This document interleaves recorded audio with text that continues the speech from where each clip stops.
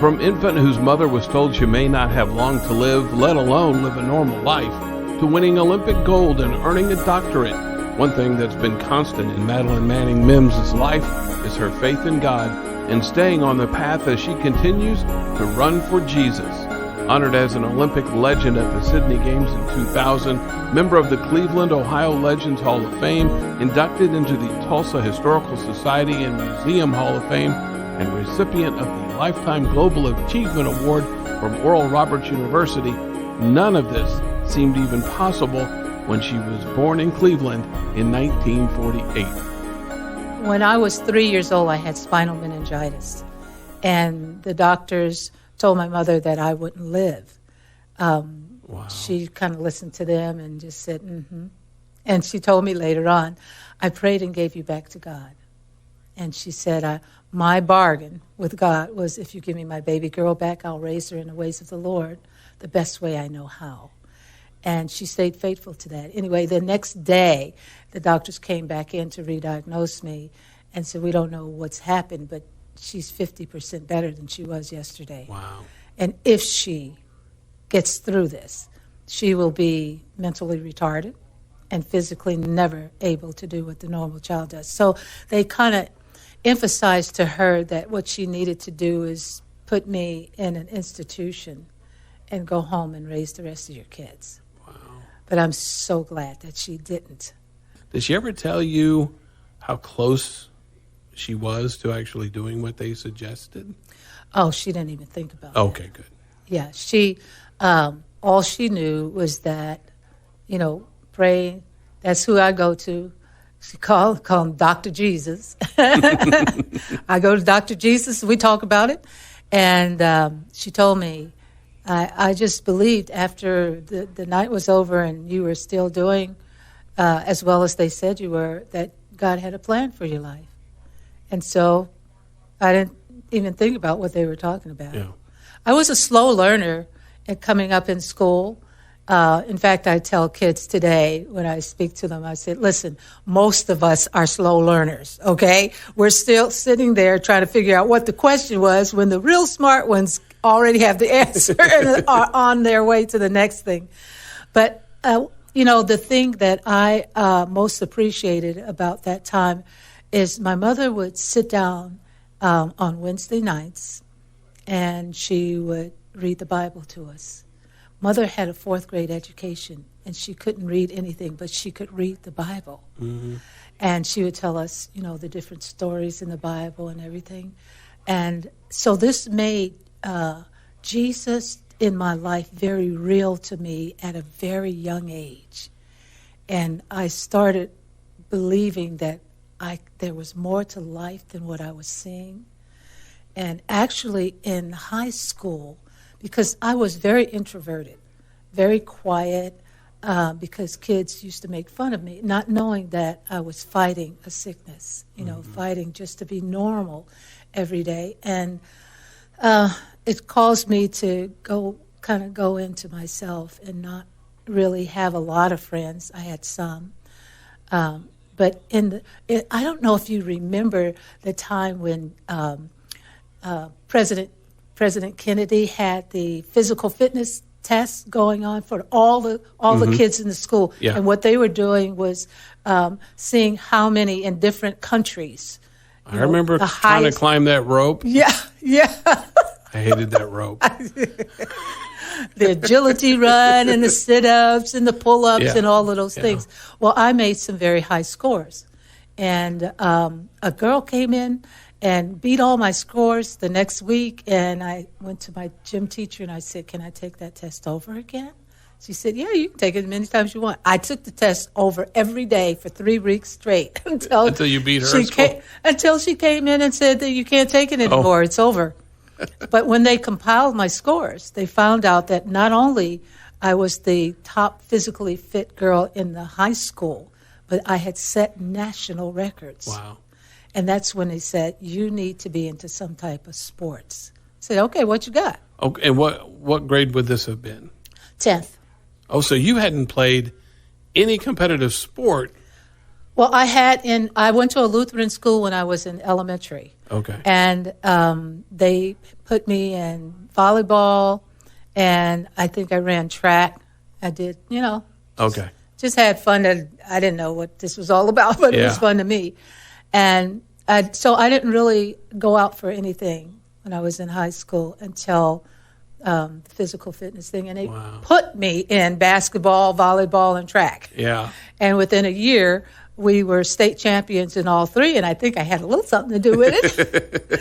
But when I did track and field, there was a guy who was Hungarian, and he didn't speak much English, and he saw me running, and he asked my gym teacher, who was my coach, I'd like to speak to her and see if she would like to run for the Cleveland Division of Recreation.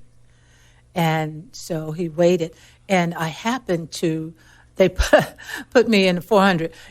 Remember how coaches back there used to, well, you got the longest legs, or we need another point, go over there and do that. Oh. You hadn't done it before, ever. So she asked me if I would run the 440-yard dash, and I was like, no, because, I like to dive in the 220. And she said, just jog around, and you can get one more point. We'll be closer to winning the state championship. So I thought, okay. But she knew something I didn't know about myself. I'm guessing you won the race. Listen, put me out there and put somebody in front of me, and she knew I was going to go after him. Yeah. So this is what happened. I'm going after these other girls that took off faster than what I thought they should be running. And I get to the half point, and I'm ahead of everybody. So I come around the bend, and there is the 100. And I'm thinking, run the 100. And I take off, okay? Break the school record, set a new state record, win by 10 points, and I'm excited about the 10 points. Yeah. And my friends come over and say, Madeline, we won. You did it. I was like, yeah, I got 10 points. He said, 10 points? You broke the school record. I was like, is that good? Because in my mother's house, you break something, it's not You're good. in trouble. Yeah. Yes. So I wasn't sure what I had done. But that's when Mr. Ferenczi came over and talked to me, and I didn't understand him, so I sent him to my mother. She didn't understand him either. Finally, our coach came over and said, this is Mr. Alex Ferenczi. He's from Hungary, and he doesn't speak a lot of English, but he is the coach for the girls' Cleveland Division of Recreation track team. And he wants to train Madeline. Wow. And so that's how it all started from there. Mm-hmm. Let me back up and let's go back into the house. And obviously you've already mentioned multiple times about your mom reading the Bible to you every Wednesday night. So you grew up in a home where the Bible was present. At what time in your life, Madeline, did it really hit you the reality of a relationship with Christ, and at that time, because just depending on what churches you go to, right. Baptism is or right. isn't important, and did you grow up in a church where baptism was important, and when did that happen? Yes, in fact, that's an excellent question, because I share this about my reality of knowing that Jesus is God, because I got to know him when I was 6 years old. I actually have never known a life without God in it. And it seems strange to me when people don't really have a clue of the relationship they could have with God. Mm-hmm. But at 6 years old, I went to my Sunday school, and it was a Black Baptist church, and we did baptism, of course. There was these little cards. I don't know if you all got those when you were small in your Sunday school, these little cards, and they have Bible verses on them, and they have pictures on them. Well, this picture was a picture of the Good Shepherd, and he had all these big fat white sheep all around him, and then in his arm he was holding this little lamb who on my card happened to be black. Mm-hmm. And I connected. I saw myself in his arms. So I waited till everybody went because I was too shy to say. And I tugged on my Sunday school teacher's dress, and I said, "Who is that?" And she said, "Well, that's a picture of how Jesus is the good shepherd and takes care of all the sheep. But the little lambs he holds in his arms because he doesn't want them to get trampled. And I said, can he hold me like that? Wow. And she said, yeah. So we knelt down. She got down on the floor with me, and I prayed. Of course, I didn't know how to pray, but she was like, let's ask God to forgive us for. It's interesting, even when you're young, you know right from wrong. Yeah. And so I was trying to remember all the wrong, like I'm sorry that I took my brother's newspaper money to buy some pumpkin seeds and M&Ms. And I'm sorry that I broke my mommy's bowl and I didn't tell her. And I said something really bad to that little girl that called me a name. Just everything I could think of. And so after a while she said, I think he gets it. I think he knows that. And I said, okay. So I prayed for Jesus to come into my heart, to live in me. And of course, at 6 years old, you in your imagination, you're trying to figure out, at least I was, how is a big God, strong, powerful God going to get in my little heart? I couldn't figure it out. But what made sense to me was, well, if he's God, he knows how to do it. Mm-hmm. Yeah. Just rationalizing very simply about if God is this, then he can do that, And that philosophy carries on to this day. Yes. Because that really is the bottom line. Because when so many times we go to prayer and we wonder, is this too small or is this too large? Am I asking too much? Yeah. And then you realize, you know what? God can do anything. Right. Now, whether he will or not, that's different. Yeah. But he can. Yeah. Let's go forward now to Tennessee State. Why choose Tennessee State for college? It chose me. Okay. Yes, I was scholarship there. During the time... Was that your only scholarship offer? Mm-hmm. Wow. Because they didn't have but two schools, I think it was Southern University and Tennessee State University that had scholarships available for women. Okay. And this was in the 60s. Mm-hmm. So Mr. Temple, who was my coach at Tennessee State University, happened to be at one of the national meets. Of course, his girls were there. And he saw me run. But he also knew my coach very well. Both of them were Olympic coaches. And I think he had like 3 girls at different times off of the Cleveland Division Recreation team that, Coach Alex had raised up. So, one of the things that when I told him to go talk to my mom, and he couldn't really explain to her,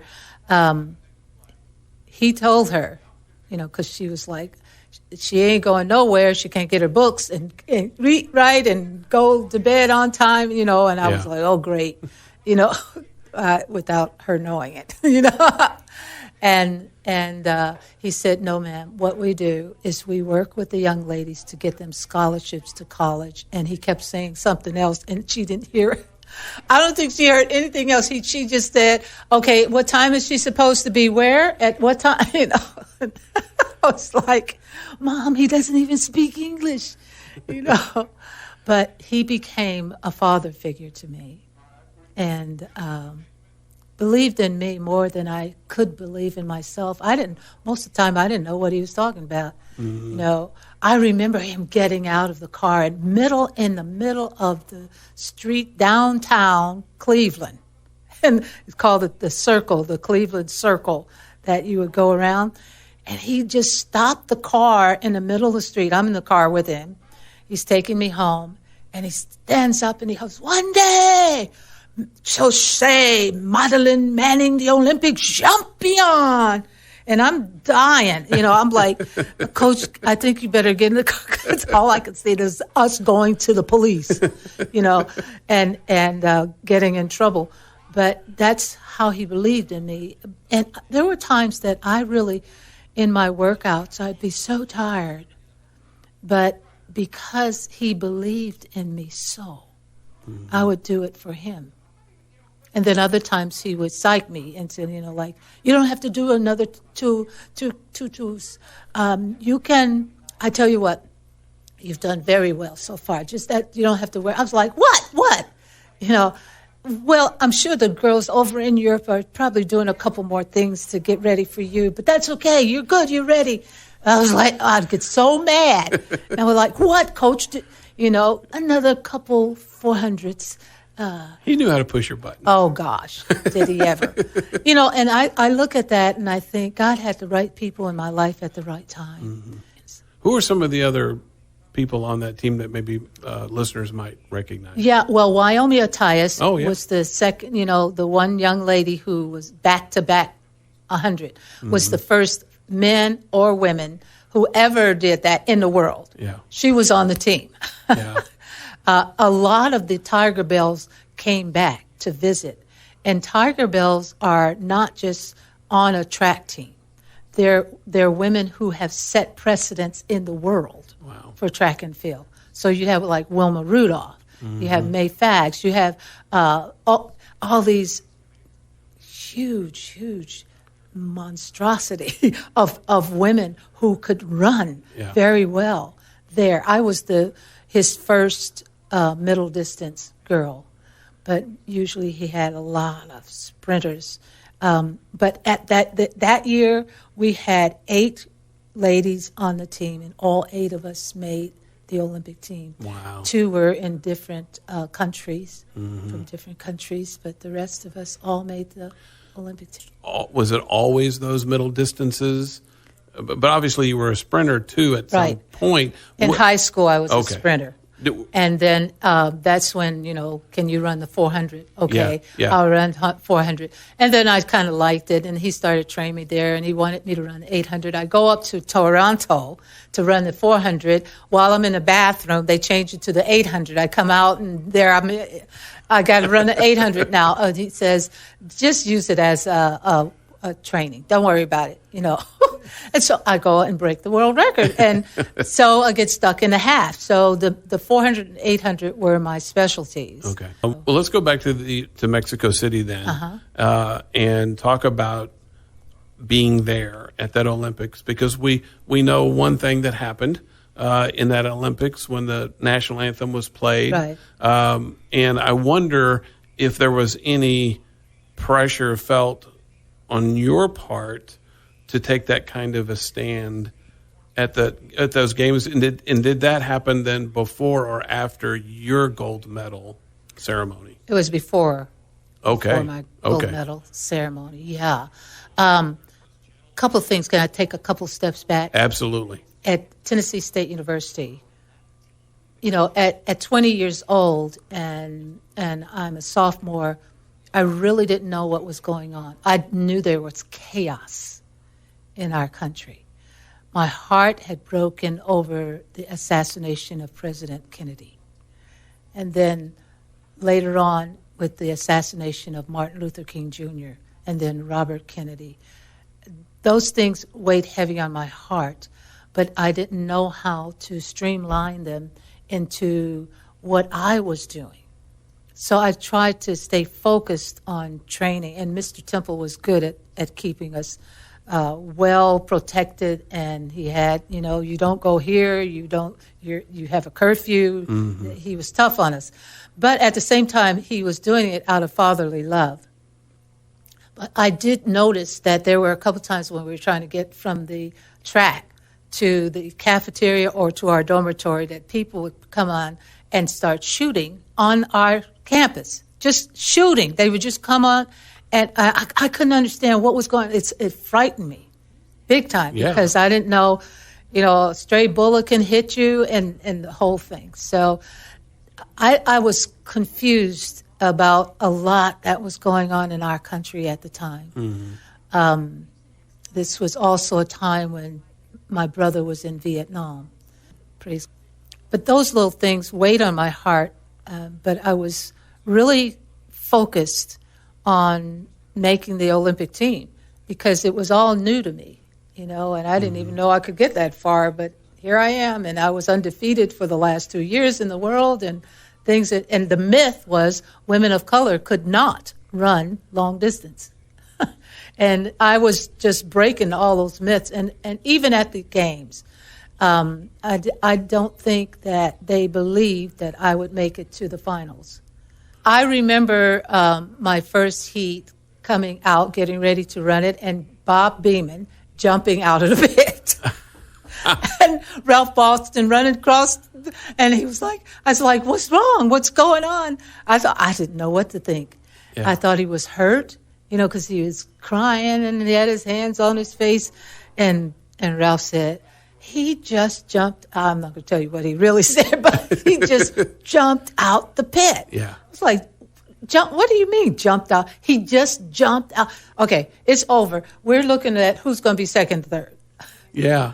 I was like, and all this is happening before you run your first heat. Before I'm getting ready to walk out and do some sprints around the curve, and this is going on.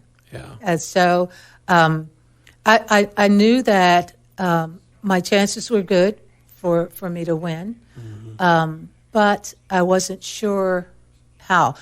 This whole situation at 68, a lot was going on, a lot in our country, a lot in the world, a lot in Mexico. It was so much going on. And we all of a sudden had this entourage of people who came in who was trying to talk to us, specifically to the men, not so much to the ladies, but and said, hey, y'all need to boycott. Wow. Just going on like that. So I'm like, well, everybody's supposed to be doing this, So Tommy, who was very soft-spoken, called the whole team together.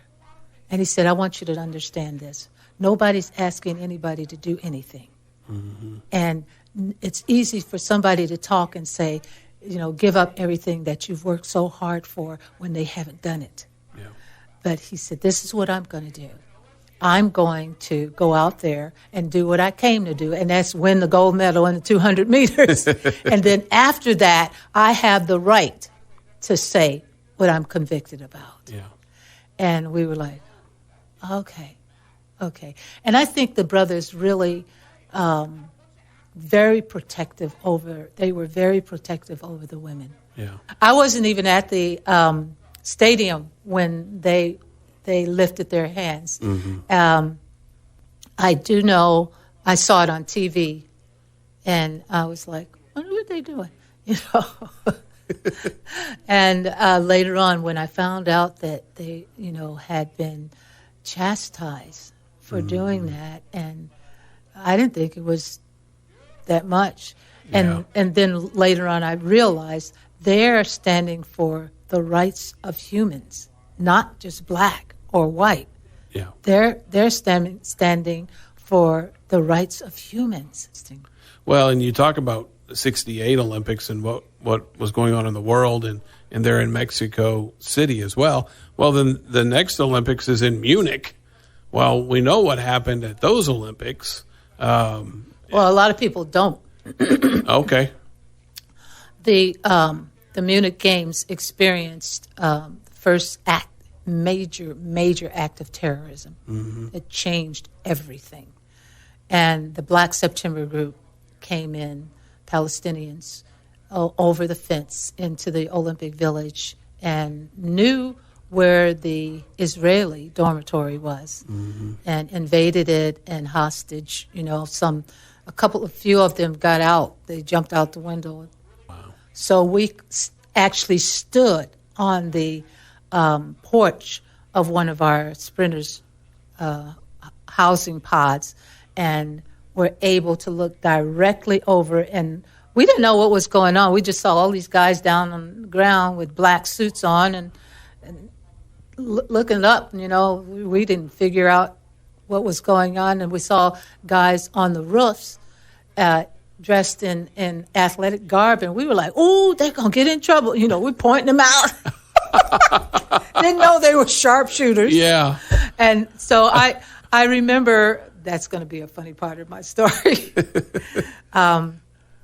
I just remember this guy coming out, and he had on this stocking cap or something over his face.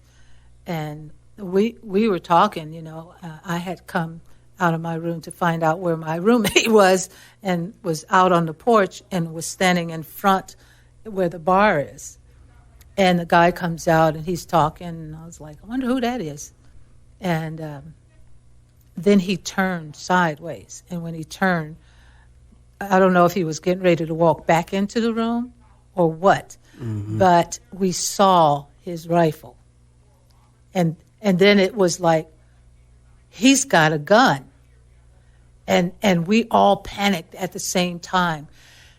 And I mean, I sat there just in just stark fear as watching these bullets.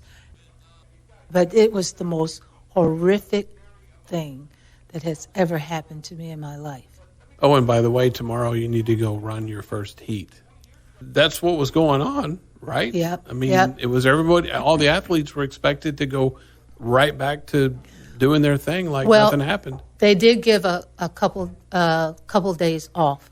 They shifted the times, gave a couple days off, and had a memorial service in the stadium.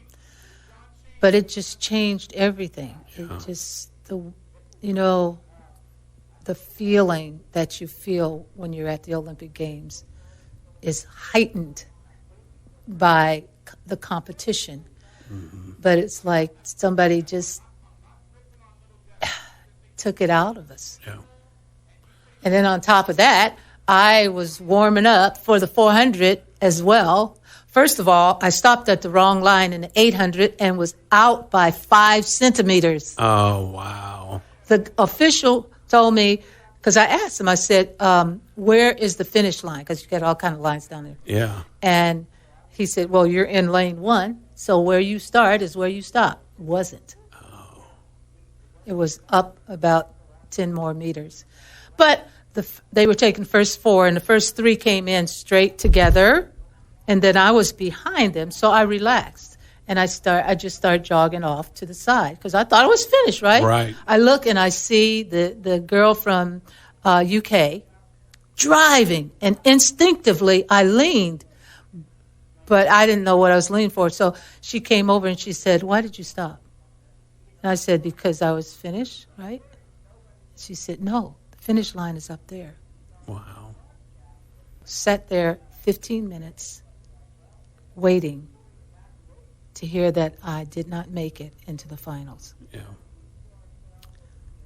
The next thing that happened, I'm still in the 4x400, right? It's where I got my silver medal. 2 days before I pull a muscle in practice. And I mean, unbelievable. I'm thinking, no, that didn't really happen. No, that. But Is that like the first time that had happened ever, to you? Wow. Ever.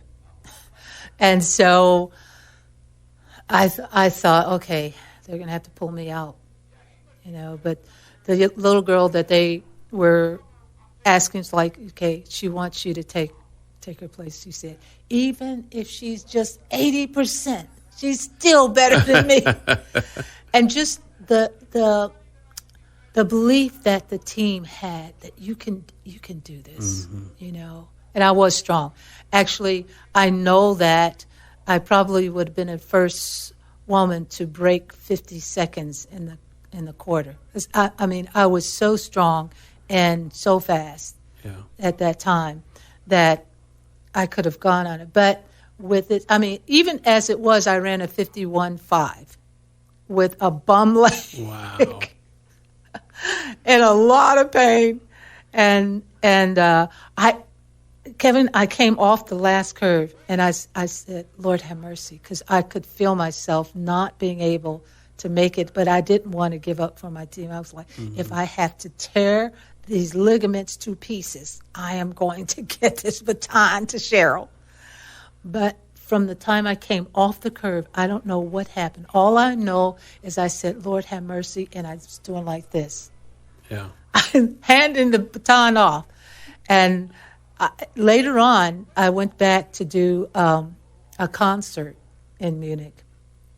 And I went onto the track, just remembering a lot of things. Yeah. And I got to that place where I was coming off the curve, and I couldn't remember anything. And so I prayed, and I said, Lord, what happened here? He said, you said, have mercy. I picked you up and carried you through. Yeah. I was like, wow. You sure did, because I don't remember anything. Mm-hmm. But that was a very strange, I call it my hell year, because it started off with a divorce, very bad situation that I was in, being a single mother, almost leaving the team because I wanted to take my little boy with me, and that was not allowed. I said, well, then I'm not going. Mm-hmm. And I was captain of the women's team. And then they were rising up like, if she doesn't go, then we're not going. All of us. I was like, no, you cannot do that. You cannot do that. You worked too hard to get here. This is my problem. This is my situation. And so they calmed down. But my mother, I talked to my mother, and she said, bring him here. Bring little John here. You've got a job to do. Yeah. Well, that's why I wanted to ask you, because in most of these interviews, there is a time, and it's going to be different for every person, where maybe you don't lose all of your faith, but that faith is really tested to a point where you may actually come to a fork in the road and have to decide, I'm going to move closer to God, or I'm going to blame God and move further away. Did you ever come to a fork in the road? I was just glad he was there for me. Okay. I really was. Because who had the answer? Who knew how to comfort me then? I mean, I was beyond being comforted. And a lot of the instances that were happening to me.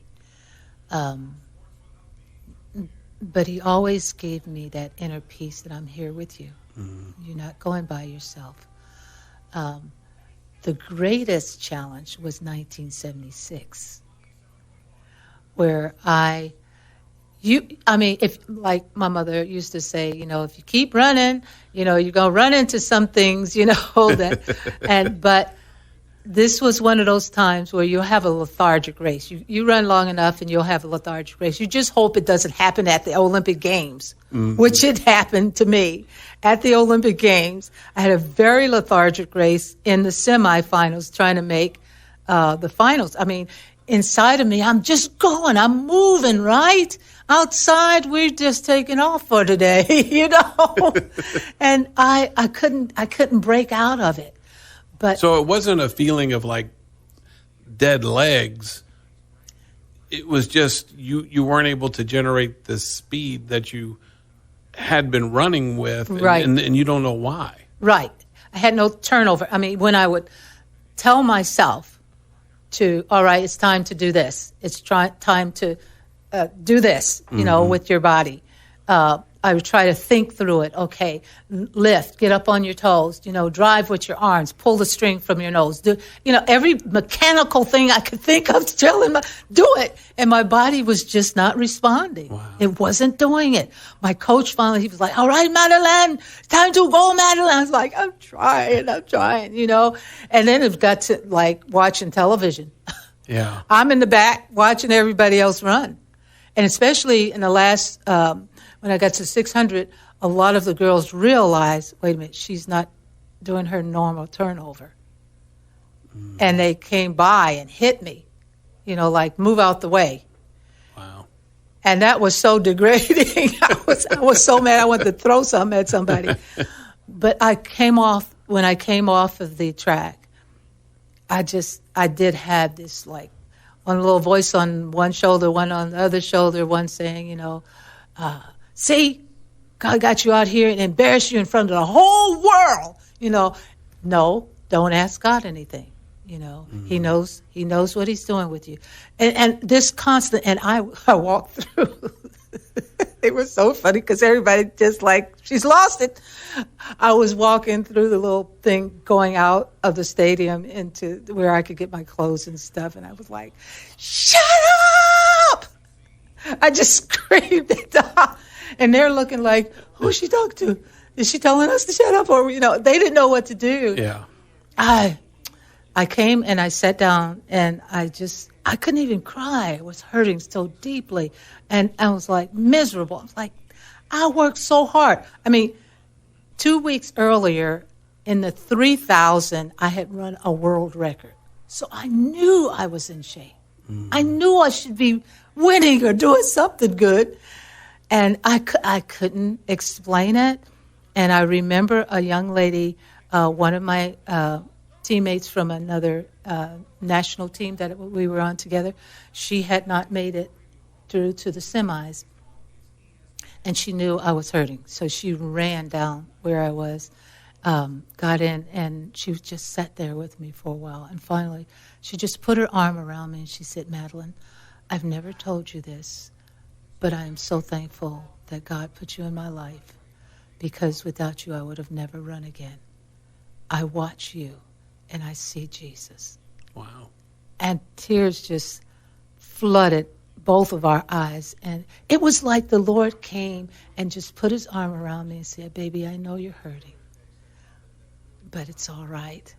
Because I love you. that's the real reason you're running. Exactly. It's not for the gold medal. It's for that. Well, it's for the goal, too. Well, But the reality was, you brought out a very good point, because when I walked out, there was a mass of news people, cameras, and that's when they had cassette tapes and microphones, and everybody's sticking the thing in my face, and I'm still dazed. And this one guy, he stopped me. He said, we know you're hurting, and we're sorry, but we have got to ask you this. You've been telling everybody that you're running for Jesus. You've got a book out called Running for Jesus. You've got a record out, Running for Jesus. You're telling everybody you're running. What we want to know is, are you still going to run for Jesus, or are you going to try something else? And I'm looking at him like, what does he mean, try something? Because that had never even crossed my mind. Mm-hmm. Drop your faith, run away from God, blame him. None of that had ever crossed my mind. And when he said that, I realized I'm in front of the whole world. If I had won, would they have asked me that question? Mm-hmm. We've been talking a lot about your running days, but after your running days ended, you've still been a part of the U.S. Olympic team, because you've been serving as the chaplain for the U.S. Olympic team, the Summer Games teams, for how many Olympic Games now? Last year would have been like my 10th, and I was doing that virtually this time. Yeah. But since 84, when they didn't have a lot of chaplains available, the actual whole team of chaplains from all over the world wasn't together yet. But I was called in to help the athletes share with the community, and use their platform to share their faith as well. But then in 88, my name came up. That was Seoul, wasn't it? It was in Seoul, Korea. And that was the 1988 Seoul Koreans chaplaincy team. And I was a part of that. And so every 4 years after that. And then what happened is I began to realize who better knows how to minister to the Olympic athletes than an Olympic athlete. Right. And in fact, I remember on one of the chaplaincy teams that I was on, a lot of the chaplains from different countries were getting so disgruntled and discouraged, they wanted to go home. And I'm having a ball. This is home for me. Yeah. And in fact, there were 25 men and 2 women, myself and another lady from Norway who spoke 9 languages. Wow. And I told the guy who was over everything, I said, I don't understand what's wrong. And he said, they're just disappointed. Their teams are not taking to them. They don't want anything to do with them. The delegates don't want them around the team. I was like, that's so sad. And I said, I tell you what, can I speak to the chaplains? He said, well, yeah, let me call them together and make it mandatory. And I said, okay. He said, you have to understand, there are people from different parts of the world who don't even think you're supposed to be here. You know, either you are a secretary or playing the piano. Mm-hmm. You know, you are not on their level to be a pastor. Yeah. And I said, okay, I got it. I said, I tell you what, I won't use my pastoral platform. I will talk to them as an athlete, an Olympic athlete, so they can understand the culture of Olympism. Mm-hmm. And so they came together, and sure enough, you know, when he said Madeline's going to speak to us, you know, they got on their defense. And I said, first of all, let me ask you this. If somebody was to come to your house and, you know, you had them in as a visitor, and then they would sit down and try to tell you, this is how you're supposed to live your life, how would you feel about them? And they thought about it. I said, I know. It would insult you.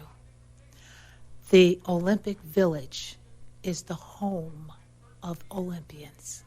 We eat here, we sleep here, we train here, we socialize here. The whole thing, this is our home, this is our little world, our utopia. Now, we as chaplains are coming in to assist them to do their best. So we are visitors. And we don't have the right to come into their life and tell them. I said, in fact, what you have to realize is that this is God's will. He made them athletes, and they're doing what he created them to do. I told him, I said, okay, let me share with you what my day was like. And I told him at 5 o'clock I get up and I go for my morning run. And then I come in, I shower, and then I go get my breakfast, and then I go back to lay down to go to sleep. After I get up, then I'm, you know, shaking out again, and I have another workout right then. Eat lunch, go back, lay back down, because my most serious workout is in the evening with my coach. You do not want to approach me with my coach. You do not want to approach me when I'm that serious, locked in to what I'm supposed to be doing. And I said, but after it's over, you know, and I'm in the cafeteria, and I'm just sitting there, just, you know, playing with my food or whatever I'm doing. Yeah. And that's the time to come over and say, hey, you know, and first of all, don't talk about you. You're not here for you. Talk about, I said, and one of the things that you'll find out with athletes, they love to talk about themselves. Okay? So if you ask them, hi, who are you? What do you do? You know, even if they have puffy ears and you know, figure out, oh, they must wrestle. Yeah. Okay, don't assume anything. Just ask them, you know, and let them talk about themselves. And after a while, they'll come around and say, oh, by the way, who are you and why are you here? And I said, that's not when you want to come off, you know, holier than thou. Just, you know, you're a servant. Mm-hmm. I'm here. I'm here to just help the athletes, you know, do what they do. You know, if you feel that they're sort of, they have some type of spiritual nature about themselves, you can say, you know, I do pray. Is there anything I could pray for you for? And there are some who will just open up right then. You know, right here on my knee, I got that, you know, I don't want my coach to know, but, you know, if you could pray for that. Mm-hmm. And I'd be sensitive and be kind and just serve. That's what we're here for. You do that and you'll be in. And boy, oh boy. Boy, I can only imagine the difference that you made in so many of those ministers' lives with that kind of insight. I'm going to go back one more thing. Okay. So you are the first American in 1968 to win gold in the 800, and you're the only woman until last year. And I got to ask you, what were your thoughts when there was a chance that an American woman maybe the second one to win, because there's something very special about being the only person to do something. But I have, you know, Did you want her to win, I guess is my question. Definitely. I've been waiting so long. 53 years. There's 2 of you in the club now. Yep. And, the thing is, she's long like me. She runs like me. Her stride is like mine. It was like, for the first time, seeing myself run. Mm-hmm. I mean, I wept. I just wept. I was like, she's running my race. I mean, she's running my exact race the way I ran it. Yeah. And it was a glorious moment for me. Yeah. How can folks follow you? You have Facebook, Twitter, Instagram, TikTok. Where are you? I am, I'm not that much into a lot of social media because it takes up too much time. Mm-hmm. I'm doing the things that people are talking about. So the thing is, I just found out today, Kevin, I'm excited about it. USCSC has its own website. Yeah. And so I got to see the first, our website. Yeah. It should actually be out tomorrow. And what's the address? Just Madeline Manning-Mims. If they went on. .com. Yeah. My thanks to Madeline for being a part of this podcast. I hope you'll give us a 5-star rating and listen to other interviews on Suit Up.